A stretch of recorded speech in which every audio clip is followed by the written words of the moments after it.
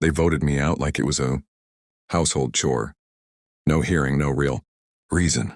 My mother forced a smile, and my cousin Derek said, "It's better this way." They took my keys, my login, my parking spot. They banished me from the family business. I'm clear.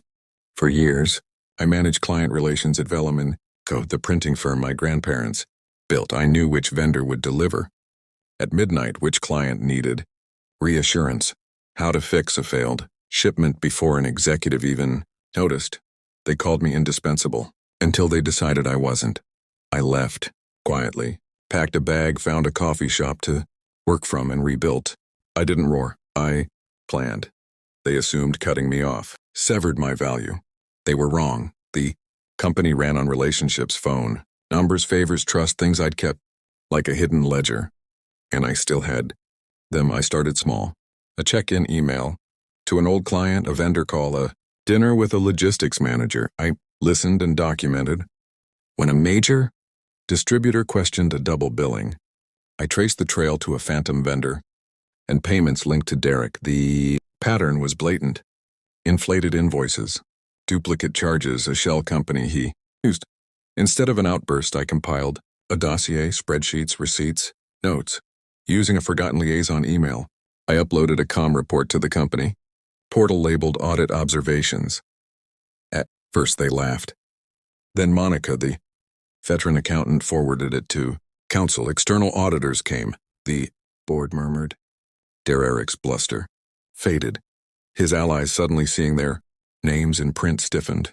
On the day the auditors arrived, Derek strutted in, the hallway loud with jokes, but when he caught my eye, his grin faltered.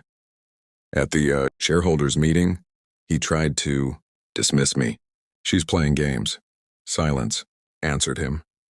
Then an elderly investor tapped his papers and said, "We want the business protected, not family drama."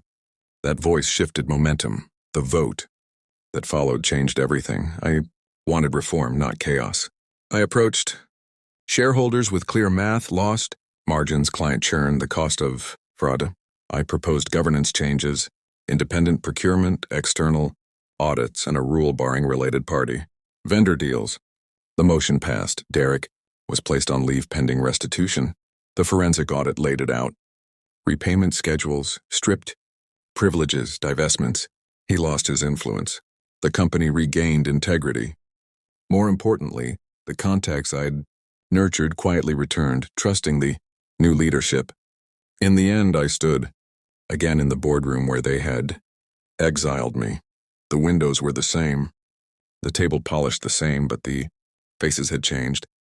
Colleagues I'd mentored looked at me with respect. It wasn't about gloating, it was reclamation.